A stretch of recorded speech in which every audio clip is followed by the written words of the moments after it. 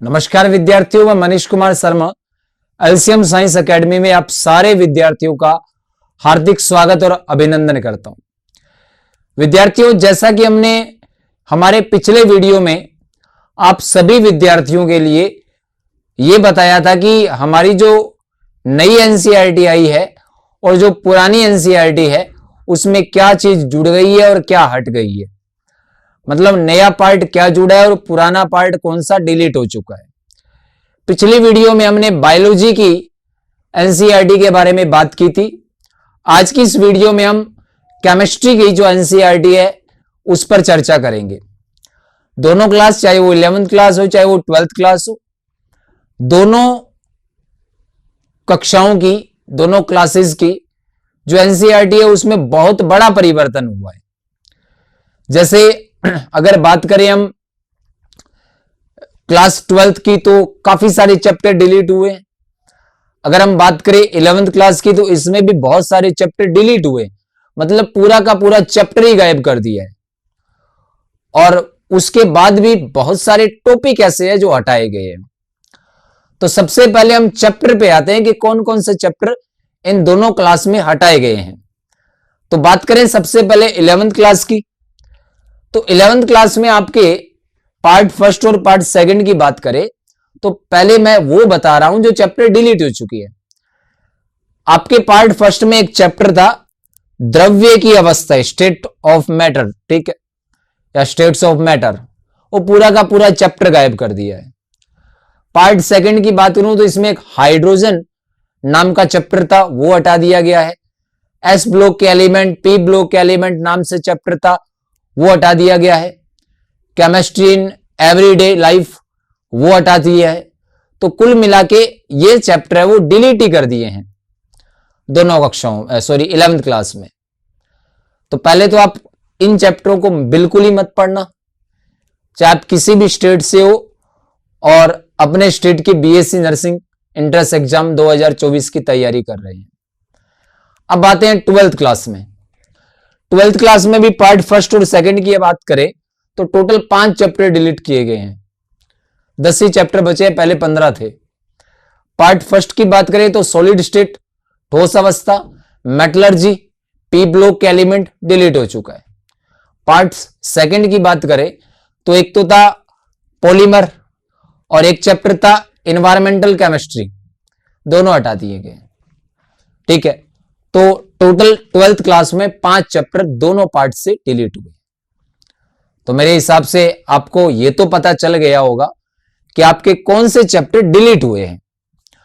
अब बात करते हैं कि कौन सा टॉपिक किसी चैप्टर से हटा है, तो वो कौन सा है। तो बात करें सबसे पहला, अब इसमें अलग अलग मैंने बना रखे हैं चैप्टर के नाम। Some basic concept of chemistry, आपका मूल कंसेप्ट है, उसमें कोई चेंज नहीं है, पूरा चैप्टर वैसा का वैसा और वैसा का वैसा पढ़ना है आपको। उसके बाद में एटॉमिक स्ट्रक्चर, 11th क्लास की बात कर रहा हूं मैं ये, ठीक है। एटॉमिक स्ट्रक्चर की बात करें तो जो क्वांटम मैकेनिज्म है, यांत्रिकी मॉडल या यांत्रिकी हम कह सकते हैं क्वांटम संख्याओं की, वो पार्ट डिलीट हो चुका है, ठीक है। और इसके अलावा इसमें कोई चेंज नहीं है, मोटे तौर पे पूरा का पूरा चैप्टर वैसे ही है।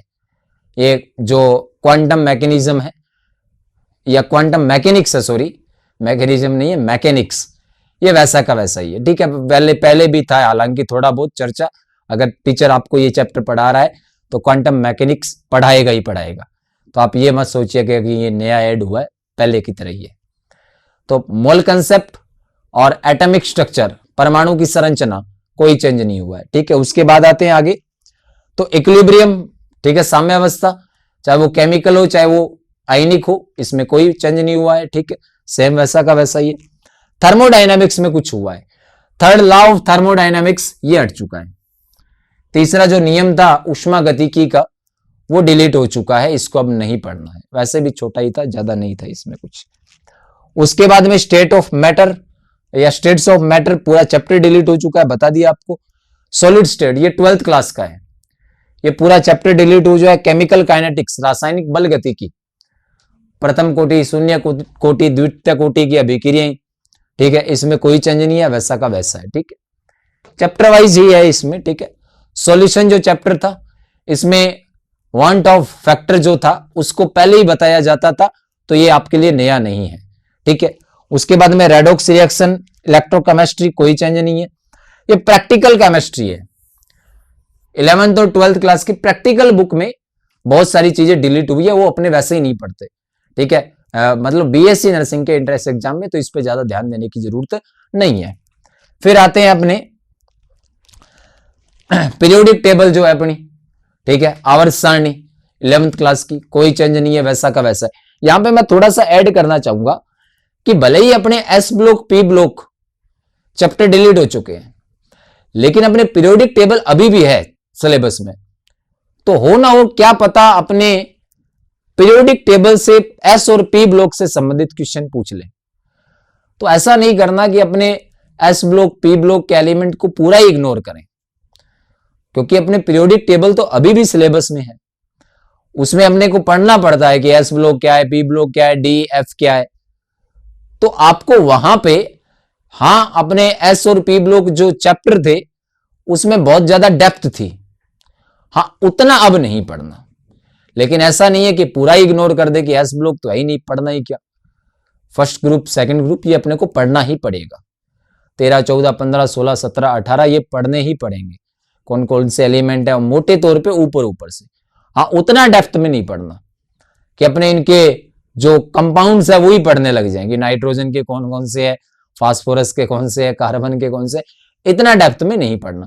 लेकिन हाँ, बिल्कुल इग्नोर भी नहीं करना है।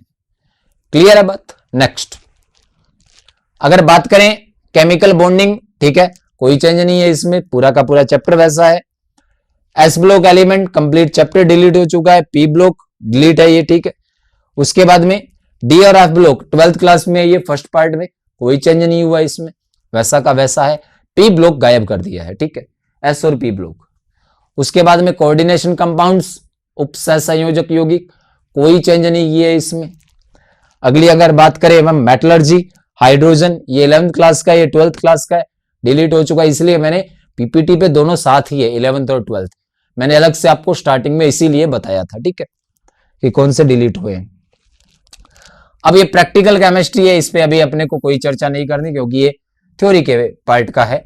अपने बीएससी नर्सिंग में प्रैक्टिकल केमिस्ट्री से क्वेश्चन नहीं आते। ठीक है, नेक्स्ट हम बात करें some basic principle of organic chemistry 11th class में। ठीक है, जीओसी फर्स्ट और सेकंड पढ़ते हो आप, जनरल ऑर्गेनिक केमिस्ट्री, उसमें कोई चेंज नहीं है। हाइड्रोकार्बन, एल्केन, एल्कीन, एल्काइन, कोई चेंज नहीं है, वैसा का वैसा है पूरा।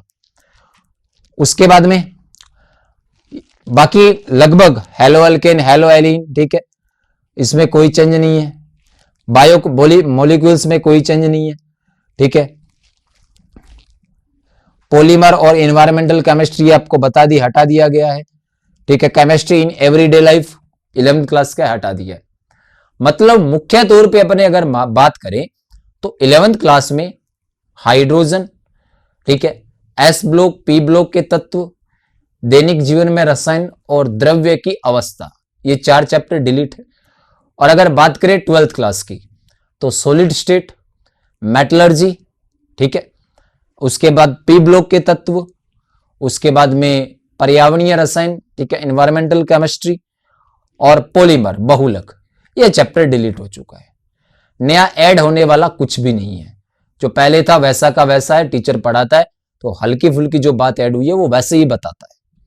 बस मैं एक ही बात यहां पे ऐड करना चाहूंगा, जो बीएससी नर्सिंग एंट्रेंस एग्जाम की तैयारी कर रहे हैं मेरे छोटे भाई बहन, उन सभी को एक ही एडवाइस दूंगा कि आप एस और पी ब्लॉक के एलिमेंट को पूरा इग्नोर मत करना, क्योंकि पीरियोडिक टेबल है हमारे सिलेबस में। हां, चैप्टर डिलीट हो चुका है। एस और पी ब्लॉक के एलिमेंट के जो कंपाउंड होते हैं, यौगिक होते हैं, उनको मत पढ़िए आप, लेकिन आपको इलेक्ट्रॉनिक विन्यास, भौतिक रासायनिक गुण, इनके बारे में तो हल्का फुल्का पता होना चाहिए। क्योंकि हम ग्रुप और जो वर्ग और आवर्त है उसमें तो चीजें पढ़ते हैं, दाएं से बाएं, ऊपर से नीचे क्या चेंजेज होते, तो वो तो इसमें अभी भी रहेगा ना। ठीक है, आयनन एंथैल्पी, त्रिज्या, ठीक है, जल योजन एंथैल्पी, ये सारे तो जो सीक्वेंस है वो अपने को पढ़ने ही पड़ेंगे। तो एस और पी ब्लॉक को पूरा इग्नोर नहीं करना है।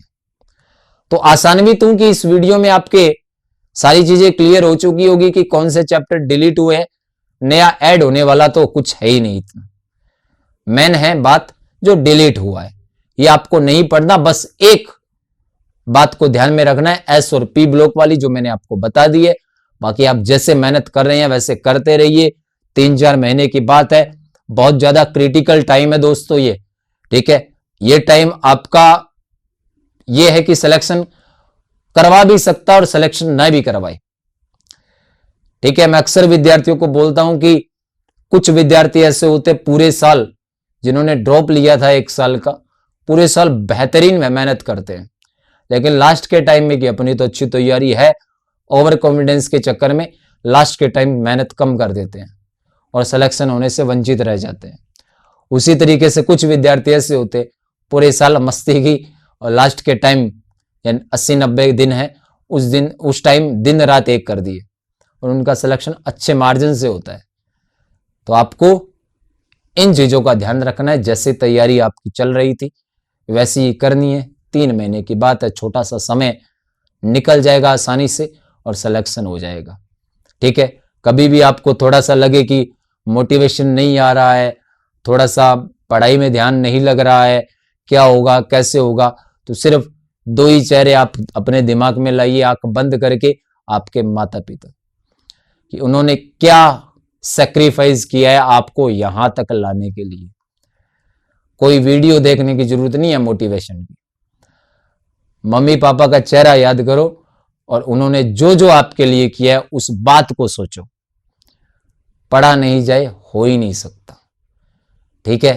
तो कोई आप मोटिवेशन वीडियो देखकर आपका समय खराब न करें। आपके लिए आपके जो आदर्श है वो आपके मम्मी पापा हैं, आपके लिए आपका जो मोटिवेशन है वो आपके मम्मी पापा हैं। उन्हीं से आप मोटिवेट होइए और उन्हीं के सपने को साकार कीजिए। तो मिलते हैं अगली क्लास में।